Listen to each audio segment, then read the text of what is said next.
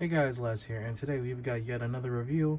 Today we are reviewing the Legacy Evolution Armada Universe Megatron. This double horn tank buster.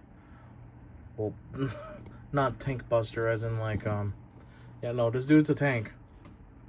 Like Siege, but Armada did it first, or G2 technically did it first, but oh well. Anyways, yeah, more Armada stuff. Am I so big on Armada as I am Cybertron? No, not really. But this Megatron design was pretty cool, so it was kind of hard to pass up. Speaking of, let's take a look at it. Anyways, here we have the Legacy Armada Megatron in his tank mode, because that's what he came in. I messed with this guy, but I'm going to review him based on what he came in as. He came in as his tank mode, and it's easier for me to do alt mode, the robot mode. But anyways, yeah, no, this is a really good looking tank. It is accurate to the source material that is Armada. Even though that show had loads of inconsistencies with the animation. But for what it's worth, this is like the original toy, but with modern articulation and modern, just like engineering to it. So yeah, and thanks to my wonderful Honkai Star Rail mousepad. It might be hard to hear, but you can hear the wheels moving. As in, this guy rolls pretty well. Now it's not on on solid wood. Articulation is, well, the tank, obviously. The turret. You could spin it left or 360. Or no, actually you can't. Damn, that's kind of disappointing. Okay, you can't spin it 360, but you can make it go a certain direction, like so. Of course, you can tell evident by the turret, it can move up and down. And I guess to make up for the lack of 360, you have little back cannons right here that these can fire off for whatever's needed in case the front one can't do the job. Now, of course, you probably see it here. You probably see it here. I'll show it off once for tank mode, just so we have an idea of what we're working with. Bam. Yeah, now he can properly fire off and destroy any Autobots in his path, as he would, for he is Megatron. But yeah, no, seriously, all the detailing is great on this figure. Even the Decepticon symbol, which I believe is printed. I believe is printed onto that piece of plastic. So yeah, no, this is pretty fantastic overall. Also, this whole thing could come off, but that's for another gimmick with the figure. Put that back on. And let's get the size comparison while we're at it.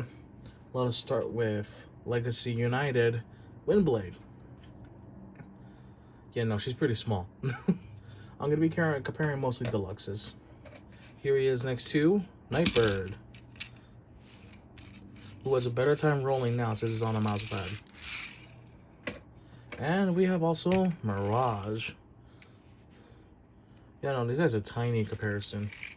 And while we're here, just because if you have an idea of what a trailer Optimus looks like with him, there you go. That's what he looks like. There you go.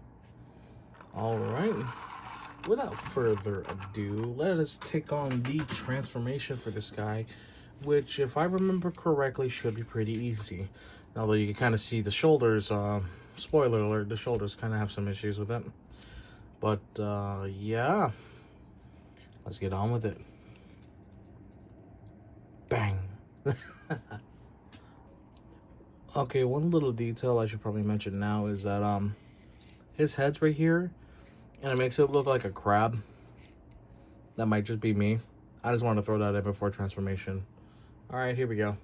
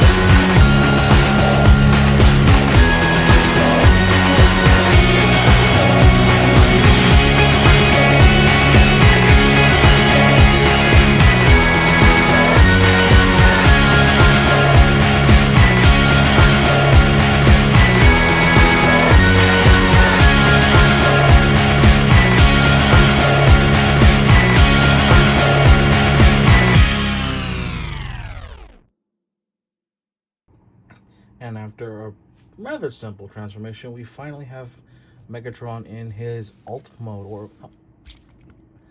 bot mode, not alt mode. I'm dumb.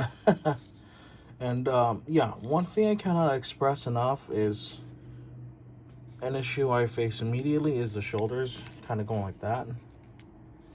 Not a big fan of them doing that, but also this guy's pretty tight. Like,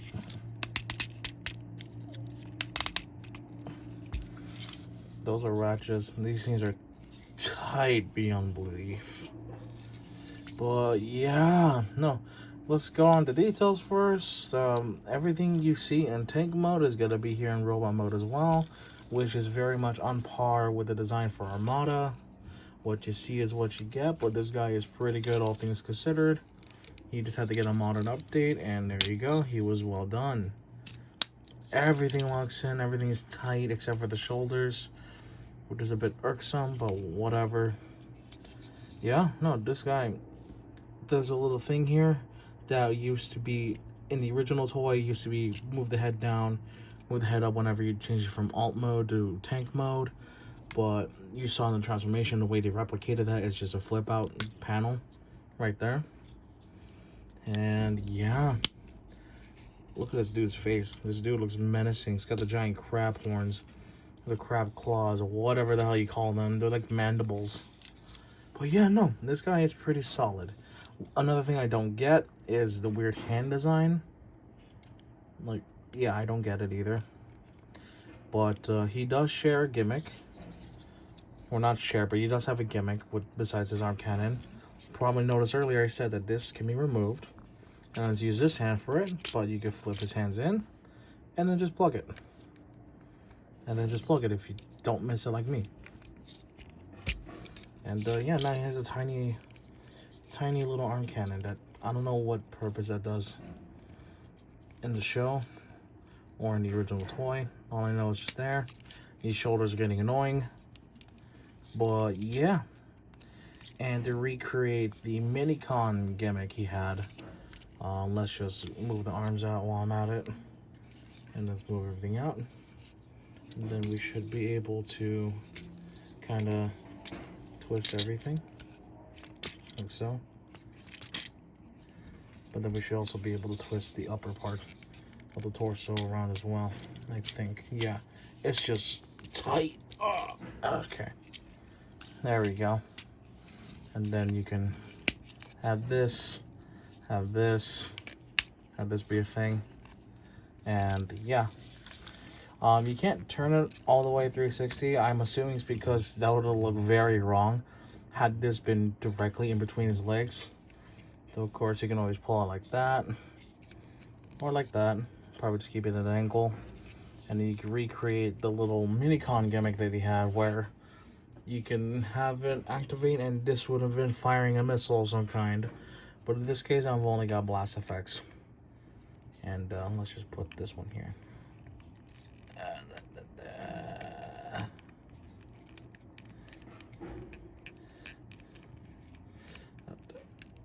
Almost there. There we go. You kind of get the idea. Little big old I'm trying to not make it innuendo challenge. It's possible. It's impossible. But yeah, you can fire off a bunch of stuff like that. Of course, you probably saw during just me handling this guy and how he should be. You probably noticed I did how it was in the show, where the thing was always ready at his side. So let me just turn that back. There you go. Have it be like this. The shoulders are getting on my nerves, slowly but surely. And, well, bam. If I remember correctly, that's how he's always had it in the show. It's always gonna be at his side, like that. And then, yeah. Okay, because the shoulders are getting on my nerves. Let's just do articulation now. The head is on a ball joint. Though the way he's designed, it's not easy to get through. The arms are, well, if you don't want to count that, you gotta flip out the panel here. And the shoulder joints are actually right there. Yeah, he does the laser prime thing. He's got bicep swivel. He's got, I think there's a single jointed elbow that just goes over 90. And you can sort of invert the wrist a little bit, like that. Kind of do that. And then you can also turn it 360. Damn, this shoulder's getting on my nerves. You saw it definitely when I'm trying to get this guy to do the funny mini-con gimmick. Or not, but the mini-con gimmick. He does have a waist swivel, though currently it's going to be hindered by this. The legs, soft ratchets, can kick about yay far. And kick about yay far before knocking into this. The legs can, of course, split. You probably heard the knees earlier. But before the knees, we got takeoff thigh swivel. Now the knees. 90 degrees. Ratcheted. And this thing clicks. If you unclick it, there you go. You got an ankle pivot. And it's got some filler material to make it look English. To make it look like he's got complete joints instead of like trying to make it look like he's standing on barely anything. But yeah. Let's get on to size comparison. These shoulders are getting annoying. Alrighty, for size comparison, let's start with the Legacy Cybertron Universe Starscream. Yeah, this is appropriate. Starscream is supposed to be smaller, but this is the more badass one. Let me move him. The next comparison we're gonna do is the Bumblebee movie Megatron. So you can see how similar they are in size. While this guy has a simpler transformation because it's based off of the anime where everything was simplified, and then this guy's the live action version where it was supposed to be. But yeah, both of these Megatrons in their own right look really good. The next comparison we're going to do is the Byway Rise of the Beast Optimus Prime. Oh shit. And he fell forward. And he fell forward. That's fun. Let me fix that real quick. Alright, there we go. And yeah, no, the scale checks out, even though my Prime is currently stanced up. Next up in well, not Cybertron, but the Unicron trilogy, we've got Galaxy Force Upgrade Optimus Prime, who I'm getting a replacement figure because this guy is starting to fall apart. I think that's just mold degradation. But I'll try to repair this guy in my own time, see how it works out. Hopefully it's nothing too bad. Just the hips are getting on my nerves. Alright, we got one more size comparison, giving me a moment.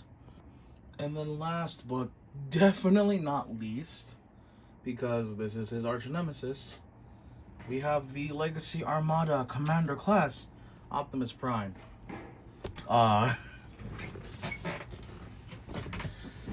no, Prime Super Mode is bigger than Megatron. Let me just raise this up a bit so you can see better. There you go. Yeah. No, this Prime is ridiculously huge. And this is unfortunately accurate to the source material. So this Prime in his current form dunks on this Megatron pretty hard. But yeah. Alright guys, that is it for today's review. Sorry if I fumbled around quite a bit. Even now I'm doing it. Oh well. But yeah, if y'all enjoyed this video, me messing around with this figure, let me know down in the comments below. Just try to interact. And yeah, this figure is pretty simple for a leader class, but it's pretty chunky. You kind of feel where some of that money is going to. So, yeah.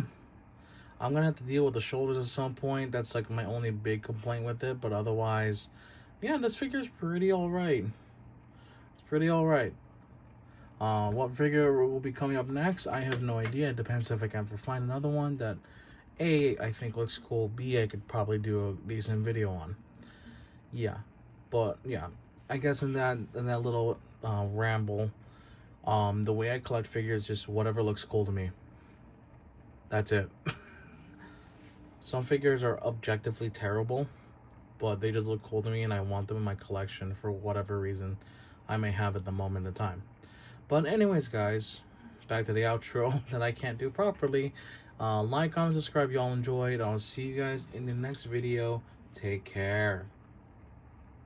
God, why did I say that like that? Alright, anyways, guys, I'll see you on the next video. Bye-bye.